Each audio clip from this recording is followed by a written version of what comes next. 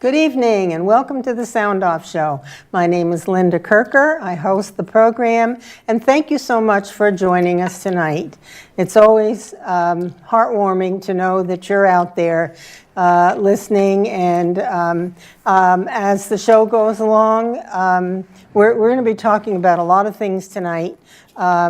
But if you're inspired to call in and make a comment or pose a question, we would love to have you do that. I want to say happy eve of the 4th of July, Independence Day in this country. You'll see over here behind me is actually the Declaration of Independence, not the original document, of course, that's in Washington, D.C. But it is such a critically important document to our nation, declaring independence from Great Britain. And we're going to be talking more about that. But before we do, a couple of things. I wanted to announce again, I have this little flyer, and it's announcing Liberty Camp for students in grades 6, 7, and 8. And there will be a Liberty Camp at the Church of the Rock on Monday, Tuesday, and Wednesday, July 30th, 31st, and August 1st, from 9 to 11:30 a.m.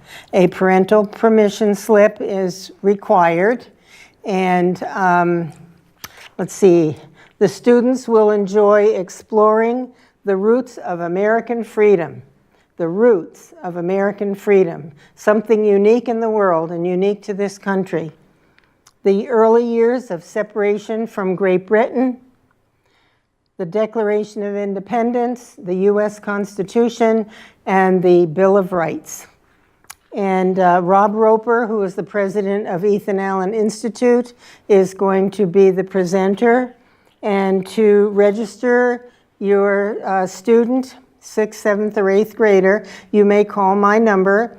It's 527-7220, 527-7220 to get your child registered.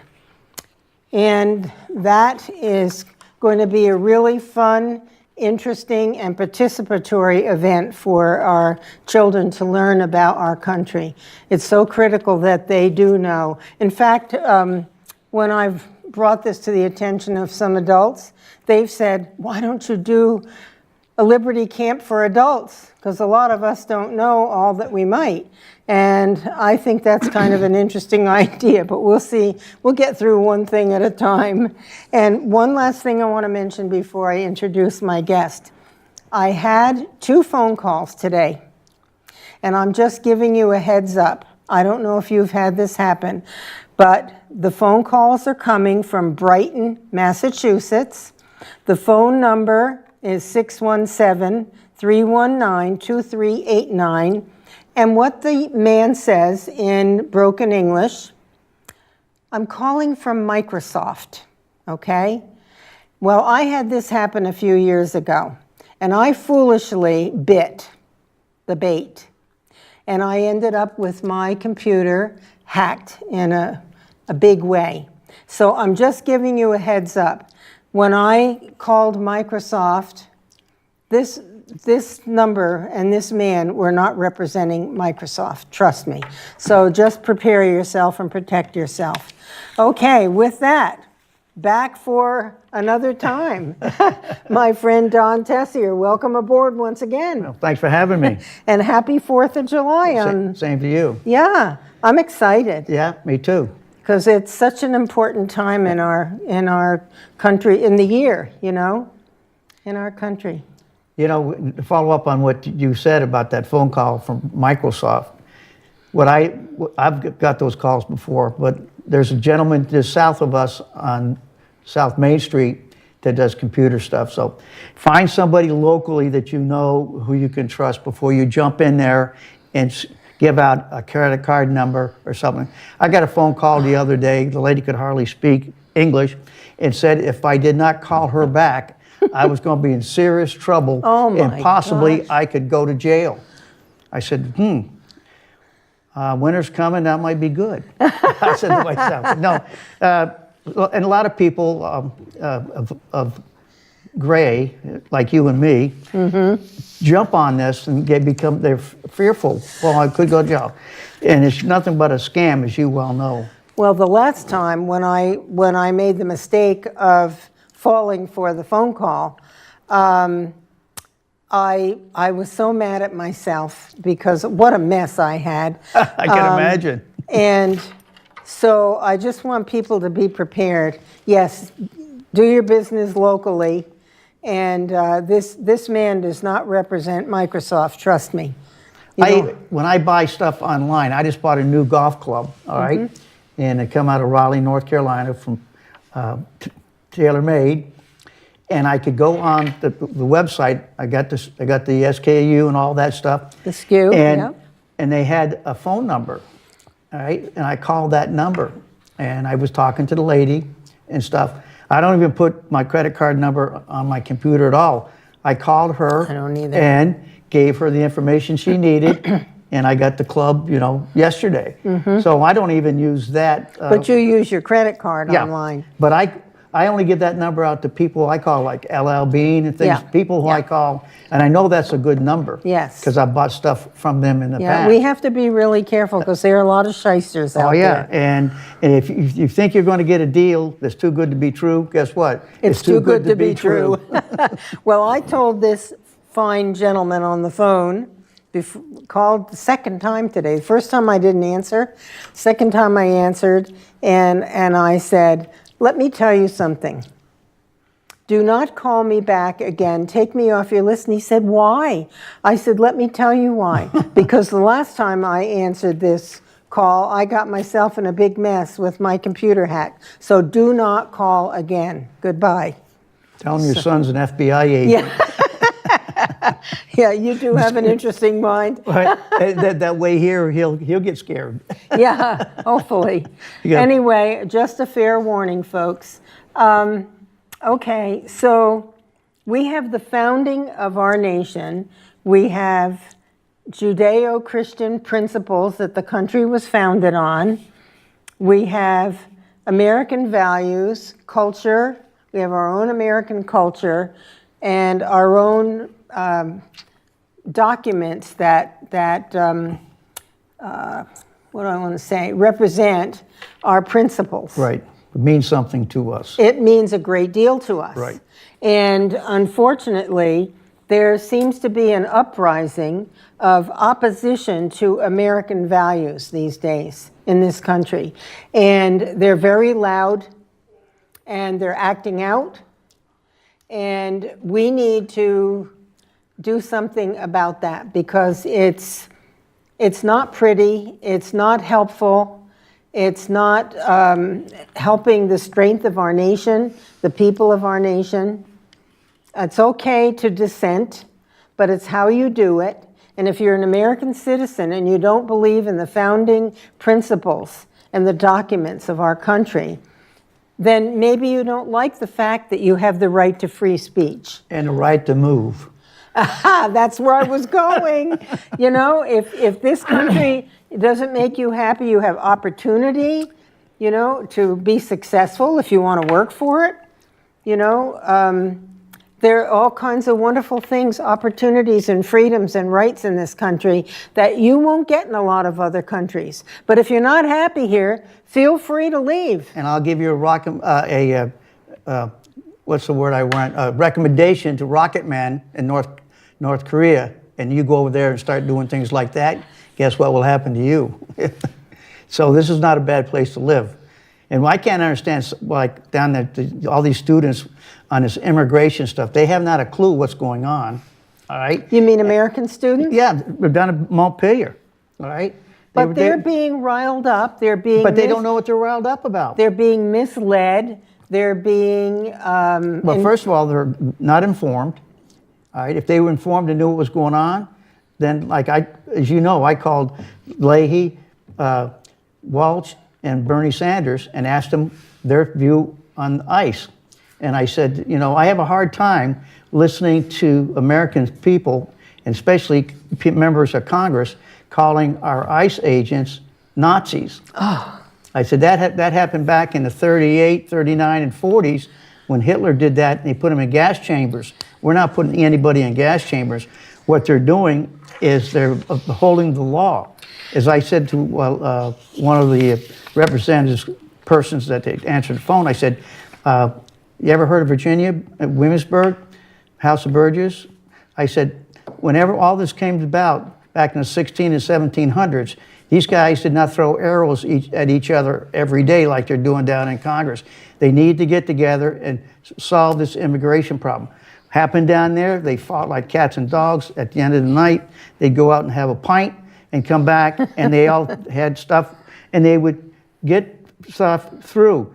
But all they're doing down in Congress right now is throwing arrows at each other. And accomplishing nothing. Right. And some of the people that are elected, that of course they come from California, most of them, are probably going to be helpful to the Republican Party, because in November and October, these ads, you'll be seeing ads with Maxine Waters, what she's been saying about things, and what happened to Sarah Sanders, yeah. All right, when she, the Red Hen, got asked to leave because she worked for Donald Trump. That is not American. That's disgusting. It is. It's not American. But who's inciting that? That's right. Maxine Waters, telling people to do these kinds of things. She ought to be, she's disrespecting our country. She ought to be She took an oath of office that she's already valid because she took to uphold the Constitution and the laws of the United States. And these WIC guys, they're not ICE guys. I mean, they're not breaking the law. They're Congress put doing that their law job. in. And in 2016, it's the same damn law that Obama had, and he was putting people in cages back in 2016. Yeah. But anything that happens with the Republicans, the Democrats are against it 100%. Right. Even if Obama did it previously, right. Then it was okay. Right. And they wouldn't do anything, because if they did, they would call him a racist because he was a black president, and because he did that and you don't like him, it's because of his color. It had nothing to do with his color. It had something to do with some of the things that he signed, his executive orders, that a lot of people did not agree with. And each one of, in this tax deal that Trump put through, Walsh, Sanders, and Leahy did not vote for it. So is that right? Right. When you go to the ballot box next time, and Bernie Sanders is running for re-election, he's not running for re-election to the United States Senate from Vermont. He's running for re-election so he can run for president in 2020. Mm-hmm. He's a Trojan horse, all right? And the American people are going to pay for his run for president in 2020. Taxpayers of the United States and taxpayers of Vermont are going to pay for him to do that. Well, I don't know. He has a lot of support from, I'm sure, from people like George Soros and others. But I want to mention something about ICE, immigration and customs enforcement. Yep. Okay? Unfortunately, we do not have a secured border in this country. In years gone by, many years ago, it probably wasn't necessary because we commanded respect as a nation. And in recent years, we have really been our own worst enemy, I would say, under Obama and even some of his predecessors. And it is time. ICE has a job to do. They are there to protect the people of the United States of America. And, you know, all of this gibberish about the fact that, oh, these people, they came here illegally, of course, and they're not, the children aren't with their parents. Well, this is going to sound like, I probably don't want it to sound, but I really think that we ought to put them all into buses, take them down to the Mexican border, let them get out and reunite, and let the Mexican border, the Mexican government that facilitated their arrival here illegally in this country, let them deal with them in Mexico. But we have to get that wall built so that we can protect the people of the United States of America. You know, and when you said that, it brought something to my attention here. If you watch it, countries, the EU countries, Italy, France, Germany, all these are now not taking any of these immigrants anymore. They're sending them back, and a lot of these people are dying in the ocean because they're not turning them back, and they're not allowing them on the shores. Well, I just heard on the news today that Angela Merkel, German, she's the head. Yeah, she's the head of the German government, I guess. Yeah. Has been a big open borders and taken the Muslims and people from all over the world. Well, now they have a huge, huge problem in their country with all of these immigrants who are not Germans and comply with German, laws and so forth, customs and culture. They have a huge, huge problem. And now I heard that finally she has agreed that they need some border security. Well, it's too like, late to the party. Right, it's like closing the gate when the horse has just left. Yeah. When France has got the same thing, Italy's doing it. And what really upset me, another thing, was when the Pope got involved in it and started bad-mouthing the United States for that. I don't think he understood what was happening. These children the parents come up to the border, you release the children, and thinking that chain immigration where once the kids get here, they can come here. And what parent would do that to their child? They should work to get in here legally so everything would be good. And when I hear commentaries talk about the Statue of Liberty, Who was this talk about? These people on TV that commentaries, they talk about Statue of Liberty, she'd be crying and stuff. She wouldn't be crying because when Ellis Island was going down, you had to if your health was bad, they sent you back to the country you came from. Oh, have you been to Ellis Island? Right, and so you think what happened down in Mexico is nothing. If you have something that could be contagious, this is why they send them back to the country. Now we make them correct. If they're contagious, we work to make them so they're. That's right. The people who came in the 18 and 1900s went through Ellis Island. They were checked for diseases. They had to stay there for a certain length of time. They had to have. They had hospital beds and everything. I know, rooms of them, hospital beds, and they had to have a sponsor.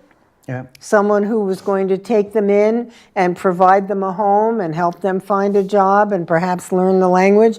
But those people, including my grandparents, were so excited to come to this country, so grateful and so eager to work and to become a part of this country. Instead of being divisive and always promoting their differences, their different culture and everything. Come here, join us. You can speak your native language in your home, but They all did. yes, but if you don't learn our language, then how are you going to get to work? Well, they learned English, and they kept their family language. No, I'm talking now. I know. Well, I know now. Yeah, they don't. We're so busy. We're trying to teach them English. Well, as you probably know, there are many people promoting multiculturalism in this country. And when you have all these different cultures and there's no one standard that everyone abides by and respects and appreciates, then you're in trouble as a nation. Well, these people coming here, first of all, should respect the American flag. All right.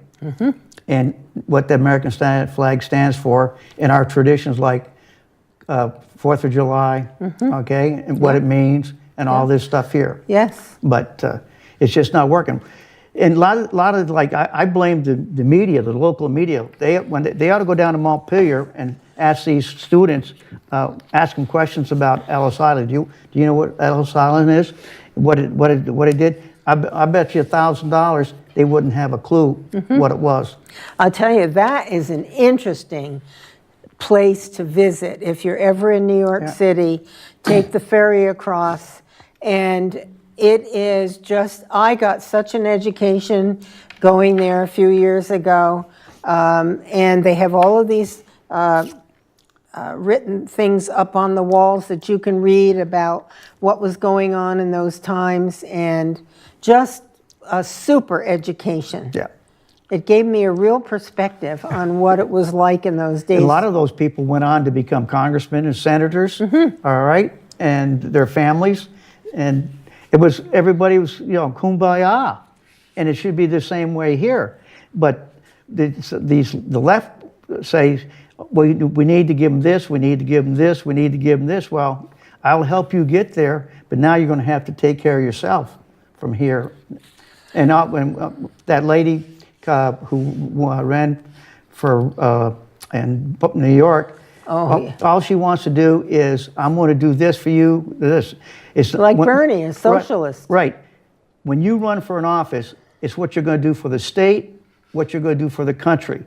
And then if you do all that work well, the people who live in the state and the country will get, what's the word I want, Linda?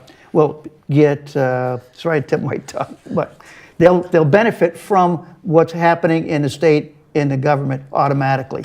So don't spoon feed them, make them pick the food. Earn your way like we have to do. And eat. Well, listen to this along these lines. Okay. Driver's license exams in this country are offered in foreign languages in almost 90% of the states, some in as many as 30 different languages.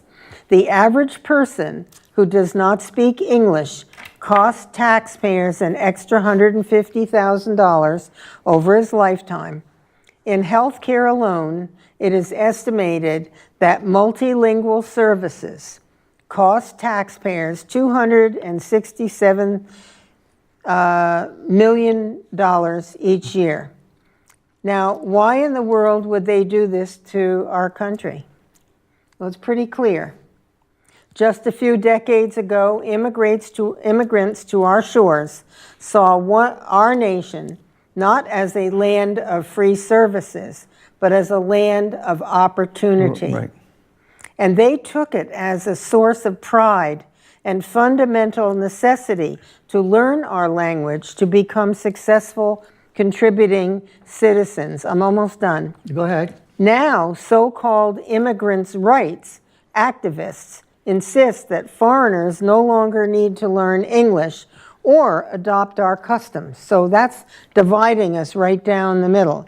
And that the American taxpayer is obligated to pay for translations, interpreters, teachers, and multilingual services for millions of people who refuse to learn our nation's common language, English, the language of 97% of the people of this country. Now, first of all, how are they going to read the signs on the road, right? If they can't read English. How about ballots? Well, but ballots. But I'm talking, if you're driving down the road, how would they know what the speed limit is? Or you can't do this, you can't do that. Not safe, is it? No, it's not safe. I mean, they're put right, and these people, they could kill people. They killed themselves. But back it down when you say all that stuff. I've always said it's a lot easier to spend other people's money than your own. And that's exactly what some of these politicians are doing, spending the money of the United States of America and Vermont, because we do that, and they don't have any skin in the game. Right. Do you know that 32 states in this country have made English the official language of their state? Really? And I have asked a couple of our candidates for the legislature in Vermont if they would sponsor a bill to make English the official language of Vermont. And they said yes, they would. Oh, good. That will show the true colors of the people. Absolutely. And what we need to do is to follow up on these people and make sure that they're held accountable and that the public at large know their stance. And another one of my pet peeves is this educational reform. We need to control education in Vermont. Oh. I was talking to a BFA graduate, and I didn't have a chance to get a hold of the supervisory union to find out what the population is at BFA now, but it's going down big time. I understand it used to be up around 1,500. I think it's There's somebody 700 listening and to us something. tonight. Maybe he'll call in. He used to work there, okay, and tell us what the max was, and now it's coming down. And we need to start cutting back on some of the teachers, like you said. But when I had that thing from the town report, how many teachers we had like 4 or 6 art teachers at BFA. You know, I can math, English, all that good stuff that can get you out in the job world.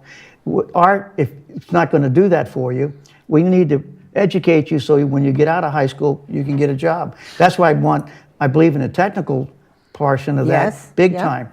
Very important. Because not everybody is put out to be book learners, but they can work with their hands and their mind. Absolutely, and it's critically important service. We need it. We need their services, and they can make good money. Yes. Well, one thing that I was thinking of as you were speaking, what was it? To do with, oh darn, it's really important. There was an article in the Essex Reporter this within the week. I was stunned about this new committee that's being formed. I think there were 4 different entities, someone from Vermont Student Assistance Corporation, someone from the State Education Department, someone from 1 or 2 colleges, something like that. And they're getting together to write a math program for graduates of our high school because they are not equipped to go on in college to higher math curriculum. Now, what does that say about our education system, K through 12? Bad. Do you know, I just learned it's even higher than I thought. Vermont's average per pupil spending is now almost $22,000 per pupil. Really? Now, that doesn't mean that we spend, that's the average, okay? Some are high, some are low. Okay, exactly. The students who don't need much, many services would be a lot less expensive to educate. But that may well be, if not the highest average cost in the nation, darn well right up there next to the top. And what are we getting? Yeah, when I went down to Tennessee back in March, and I did some research down there. Like they have one supervisory person for the whole city of Nashville, and they have quite a few schools. And I think the education down there was somewhere around $9,000 or $10,000 per student. Mm-hmm. All right. So, and they're turning out some pretty smart people. I know because my granddaughter goes there. My grandson, they're smart. I'm just, but no, and of course their mother and father. They are. Their mother and father are on top of things to make sure that they're on the top That's list. another topic. Hold on to that one. A high school classmate of mine, who lives with his wife in Michigan, in Detroit, are both school teachers. They're substitutes now, okay? They go in and substitute, and they are almost full-time substituting, okay? And when I told him what Vermont is spending on average per pupil, he just about fainted. He said, Linda, we spend $11,000 per pupil, and we have good outcomes. Right. We double that, almost double that. And where are we? We need a special math program for students who have graduated from high school so that they can, function in college? Are you kidding? Well, a while back, and I think I threw away the paper, I had a thing where the scores, where they had for the last few years, the scores are actually going down in Vermont. We're spending more money and getting less results. I mean, say it used to be 50, now it's 40.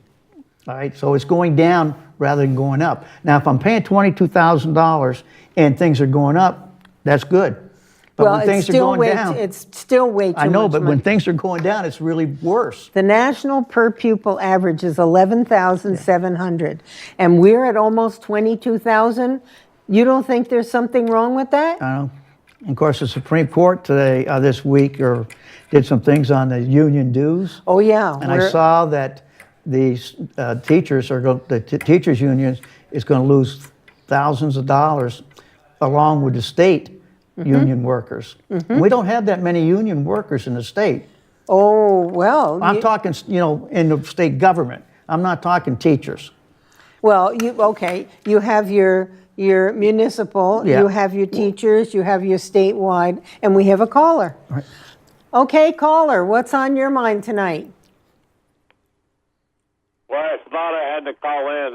Linda, how long were you a nurse? How long was I a nurse? Yeah. Let me see. She's still a nurse.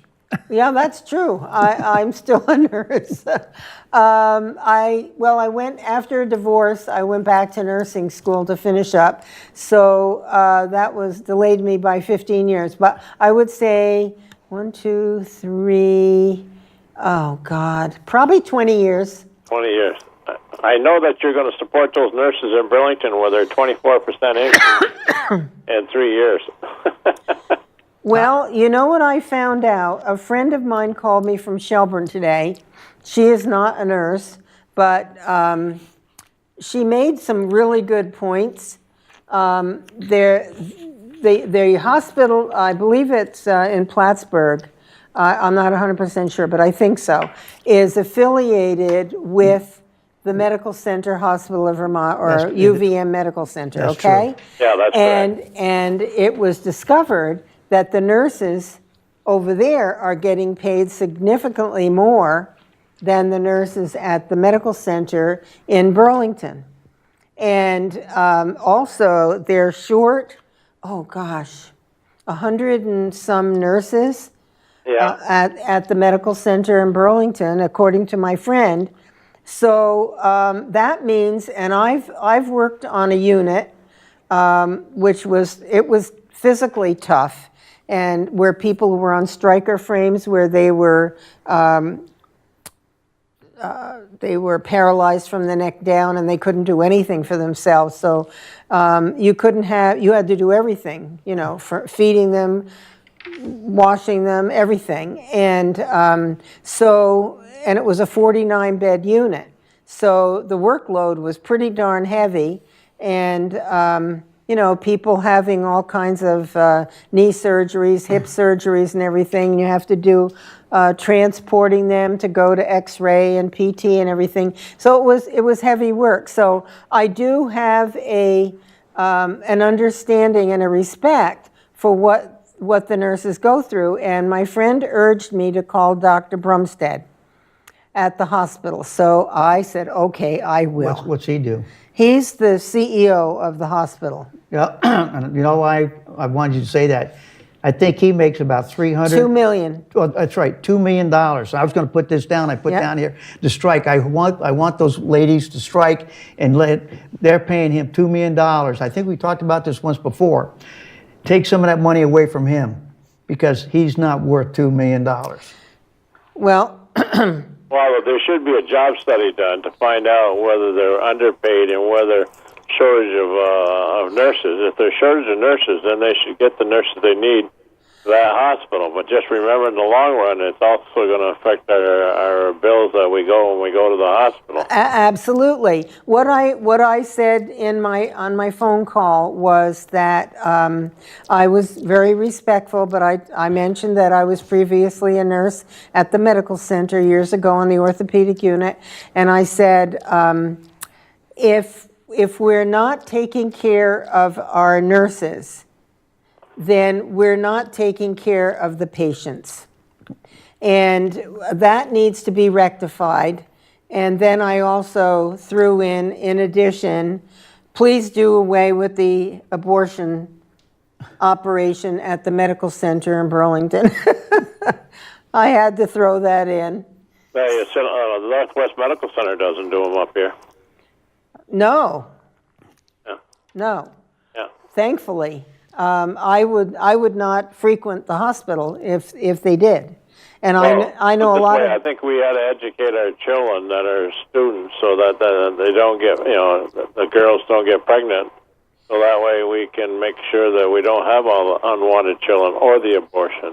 Well, that has a lot to do with families. Yeah. And how you raise your children. Teach Yeah. your girls and your boys to have respect for themselves and the girls and, the opposite sex. Yeah. And to realize that if, it just doesn't make sense as a youngster. I mean, I'm going back a lot of years, most of the people when I was in high school were not physically active. I mean, sexually active, I should say.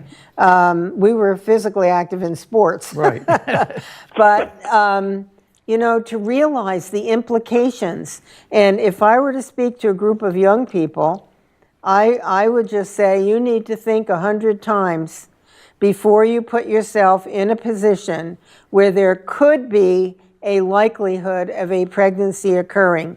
And that, in my view, at that point, if that happens, your responsibility is over the next 18 or so years that you have a major responsibility to raise another human being. That's right. And so think about that before you get yourself in trouble. Yeah. And parents need to reinforce that. Grandparents need to reinforce that. There's such a sexual society out there where, there are visuals and everything else, and every place that you can imagine it. And, that's a something that would enhance their desire to do that kind of thing. Sex is a wonderful thing, but under the right circumstances. Yeah. When you're married, you want to have children, you plan them because, when you first get married, you haven't got a lot of money, so you plan for your children for the future. So, Exactly. That's right. Yeah. So I'll let you go. I got to listen to Don, see if he mentions my name. He mentioned the last show, and I couldn't call in because my blood pressure was going up. well, feel free to chime in anytime, Dave. Bye-bye. Thanks. So one thing, did you have something you wanted to jump in? I'm saying take that $2 million and give it to the nurses. They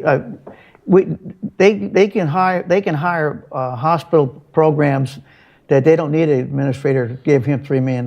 Well, and it's not just RNs, it's LPNs, All it's of them. nurses' aides, Yeah. and so forth. All of them. And they need to, like, the nurses were not unionized when I worked at the hospital, and I wouldn't have wanted to be a part of a union. But I don't think they're asking for that much money, are they? What's I the don't dollar know. amount? I don't Maybe somebody know. knows a dollar amount. I thought it was somewhere around $15 or $20 an hour they're looking for, and that's not a lot of money. I think my friend told me that a nurse's aide, and my friend was very descriptive about emptying bedpans and cleaning up, messes and so forth. And she said they Doing make the dirty between work. $10 to $11 an hour. Well, that's not fair. No. I mean, it's more money if you go to McDonald's. Now, that's what my friend said. Now, I don't know, like when you compare the hospital in New York, in Plattsburgh, with the hospital in Burlington, what are their what is the rest of their package like? Is there a retirement program? How good is the health care benefit? Those types of things. I don't know how they compare, but sometimes that affects how much money you earn if you get a wonderful package. So. Yeah, but I heard a number that they were looking for. And Plattsburgh is a smaller hospital than Vermont. I've never been there, but Either have I, but it just the population of Plattsburgh area, all right, there's over 100,000 people, all right, in the area of the hospital in Burlington, more than 100,000. Okay? Because Burlington's the largest city in the state of Vermont. Yeah. And then if you take the outlying areas, Franklin County and all those, Lamoille County, Yep. and all those, Addison County, all those others, Yep. and they all have smaller hospitals like we do, all right? I don't think Jill at Northwest Medical Center is making $3 million a year. I have no idea what Jill is making, but Well, I don't think she's making $3 million. I mean, I that is doubt it. ridiculous. I Well, doubt. I'd like to know what he's doing for that $3 million. Just sitting behind a desk 8 hours a day? Because every department has a department head Yep. that runs that department. Now, if he's overseeing something like that, I can see where he could do it, but not $3 million worth, in my opinion. I For I some get it. reason, it's things. It's just like that time that new athletic director at the University of Vermont got $250,000. Brand new guy. He was a graduate. Went and did. And he came back and he gave him $250,000 to be athletic director at the University of Really? Vermont. That's Really? crazy. Well, He'd have done it for $100,000. listen, on another note, would you like to speak directly to the Supreme Court decision on union dues? Mm-hmm. Go ahead. I agree with them 100%. Me too. You should not have to, if you want to work for some place, you don't need to be unionized. Now, if you want to be unionized, you can do that. Right. And I agree with that. That's what this country was founded on, freedom of choice. Yeah. And when they tell you have to do something, that puts a burr in my saddle. Well, I agree because they were charging them, Right, and they weren't union members. right. And so now they're free to make that choice and not be penalized financially.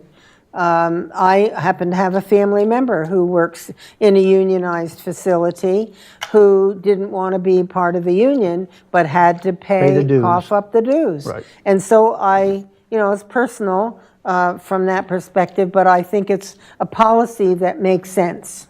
I think unions were good in the 20s and the 30s because they did have sweatshops and things like that, and they did have that down in Winooski and all those mills and stuff. But today, I don't think you need unions. If you do a good enough job, the people you're working for will take care of you. Yes, and Unions you know are what? outdated. And you know what? When you feel like a union is protecting you, all right? From what? Well, hold on. If you feel like the union, you and I are working side by side in a facility, and it's unionized, and let's say we're both union members, and we have the same job description, and you're working your fanny off, and you're so productive, and I'm sloughing off, and not really, every one thing that you would accomplish, I might accomplish one, but we both get paid the same thing. Right. Okay? That doesn't inspire people to become the best they can be and do the best job for the employer and have a good feeling about yourself that you're productive and you're earning your pay. I want to negotiate with my employer. Right. And unions have protected people, all right, as we know in the education thing called tenure. So they can screw up and you can't fire them. That's terrible. That's why I don't like a union. If you do a good enough job, the person, your boss or the owner will take care of you. They do not want you to go away. Right. All right. If you're doing a bad job, they're going to fire you. And Simple as that. but they're stuck if you're unionized, right? Right. But the unions, you can't fire anybody. Well, this is the same thing. Ronald Reagan took care of that, though. Federal government. Right. It's all They have union. all these federal government unionized employees, and they can't be fired. Right.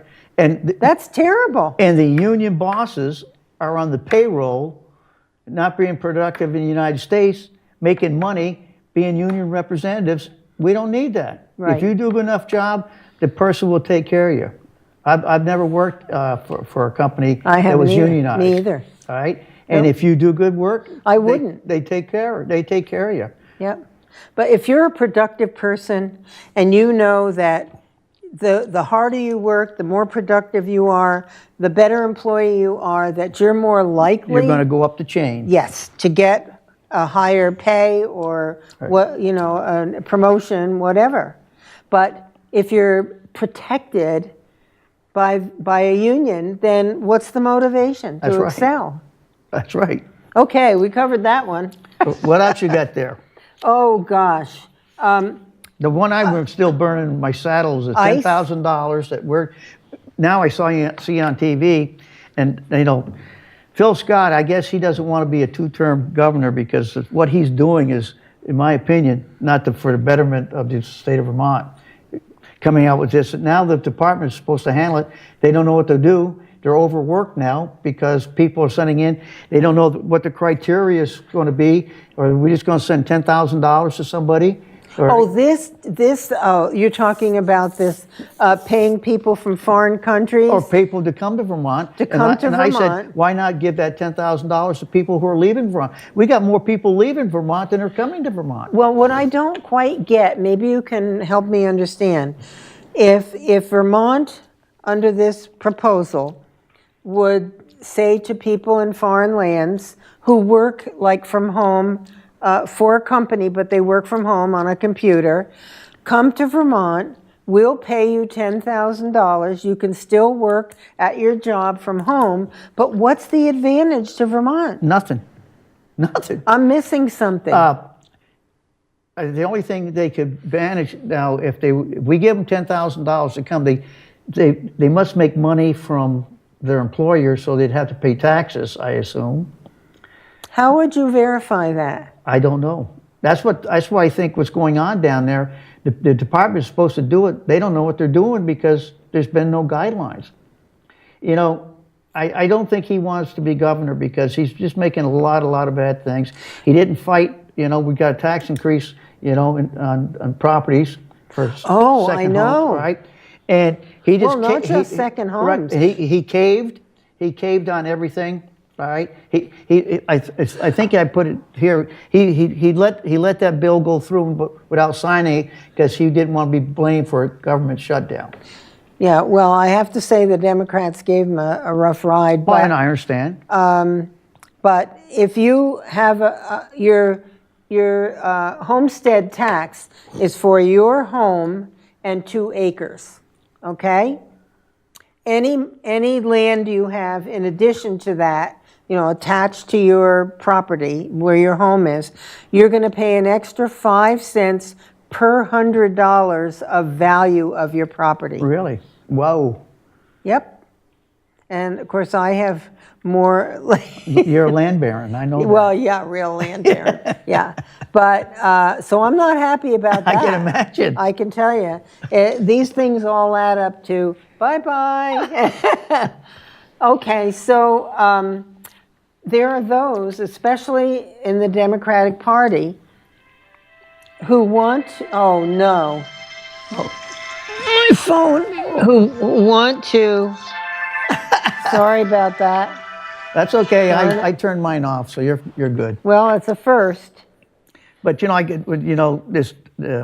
We have I got this thing here, broken down here. Road trip. Check the taxes. State taxes, percent a gallon.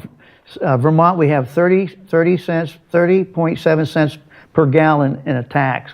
New Hampshire's 23.8, and this really gets me. Okay, Massachusetts, we call it Taxachusetts. They're 26.5. They're lower than us. Rhode Island's 34. Connecticut's 39. New Jersey's 37. Delaware 23. Maryland 33. And Washington, D.C., 23 cents a gallon. The states are all desperate for money. Yeah, but I mean, state of Vermont, why are we so high? 30 cents, 30.7 cents. Why are we so high? You got me. If it's the spending. Yeah. You know what? And the roads, if you take Route 36 from St. Albans to Bakersfield, you're going to have alignment on your car when you get back because the road is so horrendous. There are several. I'd like to know where that money's going. I think what we have, in my opinion, is if we had a trail, we'd have too many social services that we're funding and not enough road services. Because some of the people down there in Montpelier think it's a lot easier to give money away. And this $10,000, it blows my mind. It's not a lot of money. What was $500,000 or something like that that he was going to do over a period of. But if you add over 5 years, if you add 5 times, that's $2.5 million. So we could do a lot of work on roads. So it doesn't sound like a big number until you multiply Break it down. And then, you know, that at least St. Albans now, we're going to have some good, nice roads.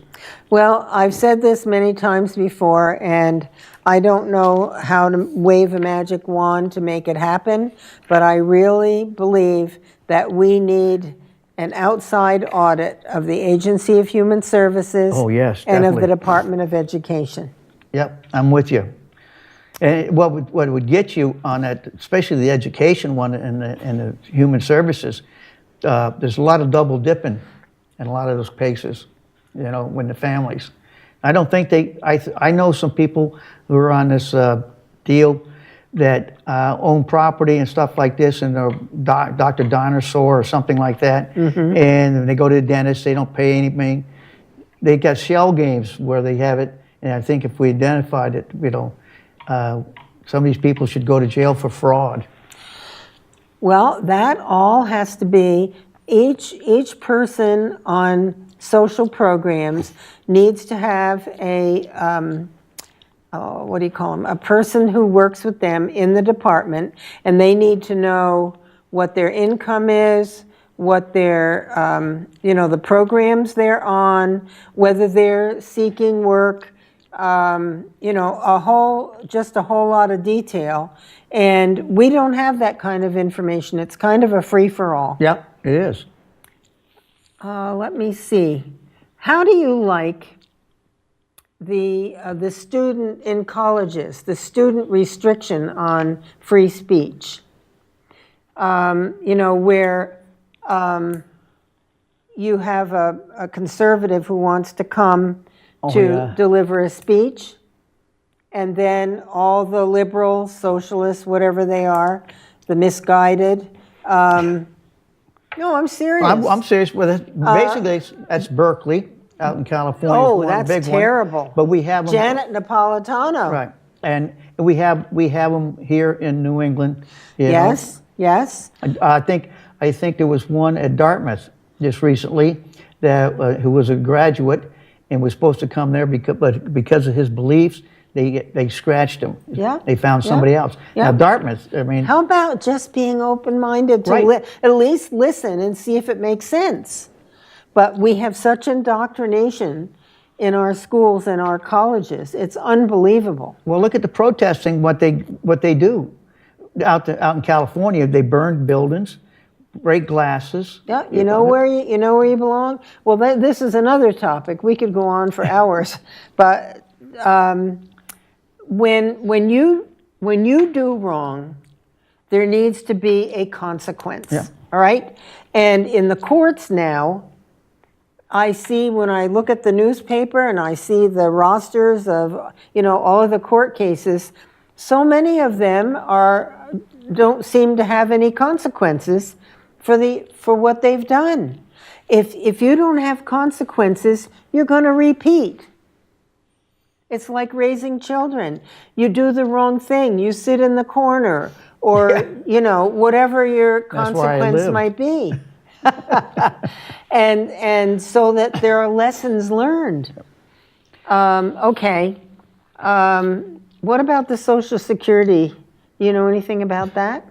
No, all I know is I'm waiting for my new card that doesn't have my Social Security number on it. Oh, yeah. What's that about? Well, they're giving you now is you're not going to have the numbers anymore. It's more of a code type of thing. Yeah, I want my number that I've had all my years. Well, you probably will, but it's going to be a little bit different it's not going to be on the card. You could tell it what it is. I've got mine memorized. See, I know what mine is. Mine starts off with 231. See, I got my Social Security in Norfolk, Virginia. Yeah, and mine's 146. Yeah. Yeah. Well, okay. Anyway, just so you know, folks,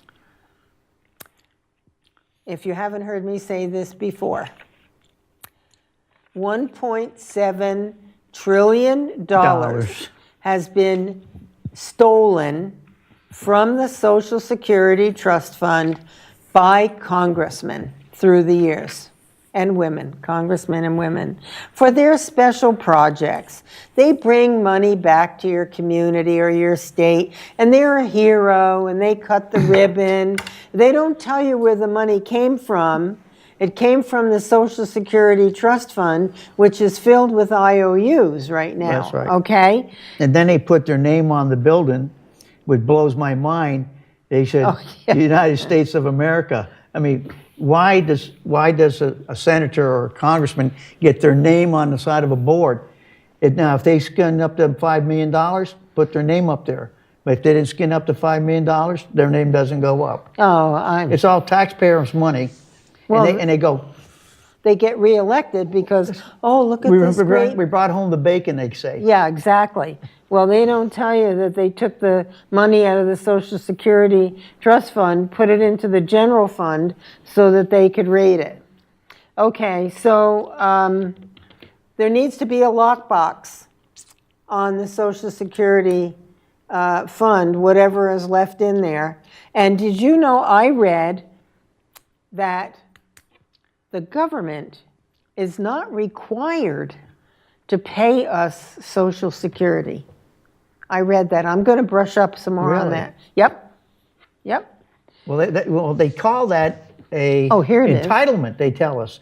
It's an entitlement. We earned that money. I know that, but they At least call those it, of us they who call worked. it entitlement, all right? Yeah, I know. Entitlement, they say. I know. And so that really burns me. Humbug. Because if I had that Social Security since I was 13, 14 years old, and I had all that money, I'd be a gazillionaire. Yeah. Okay. 1960 Supreme Court ruling. Fleming versus Nestor was the case. The government has no legal contractual obligation to pay back our hard-earned Social Security contributions. You want to see a revolution in Congress, you let them try to pull the string on that one. Well, you know what? We should find out how much money. Why don't you call your congressmen and senators and ask them to give you a rundown on how much money is in the Social Security Trust Fund and how much has been taken out for special projects in the last 10 years. Yeah. I'd be interested to know that. Anyway, they've done it for decades. I don't know, the Vermont delegation is fearful now of the new Supreme Court justice is going to be appointed by Trump. These guys, I was just reading here that they're all squared away. They're saying, whoa, they're all nervous about what's going to happen. I'm a little concerned because let me just say, there are some people who wouldn't like this. Maybe I should keep this to myself. But I think 2 women on there is enough, especially the ones that we have. I think they've got them pretty well lined up to fit the same footprint as Kennedy had, being conservative. It's going to be somebody very conservative about things. Well, I'd like to think they're a staunch constitutionalist. Well, Kennedy was. Well, see, what gets when they interpret they're not supposed to change the law. They're supposed to interpret what they were saying. And what some of those people do, they want to change the wording in the Declaration of Independence. That should be put in stone and can never be changed. Nice segue. Yeah. Thank you, because we're down to like a minute. Yeah. Okay. Folks, this Declaration of Independence was written 242 years ago in 1776 on July 4th, the unanimous declaration of the 13 United States at that time. And it explains all about why they left Great Britain because of the tyrant king and all the infractions against the people. And they were so courageous to come here and start all over again. So folks, celebrate the holiday, remembering the great people who have served this country so well. God bless America. God bless all of you, even you, my friend. And be safe. Good night, folks. Have a great week. I'll see you next week.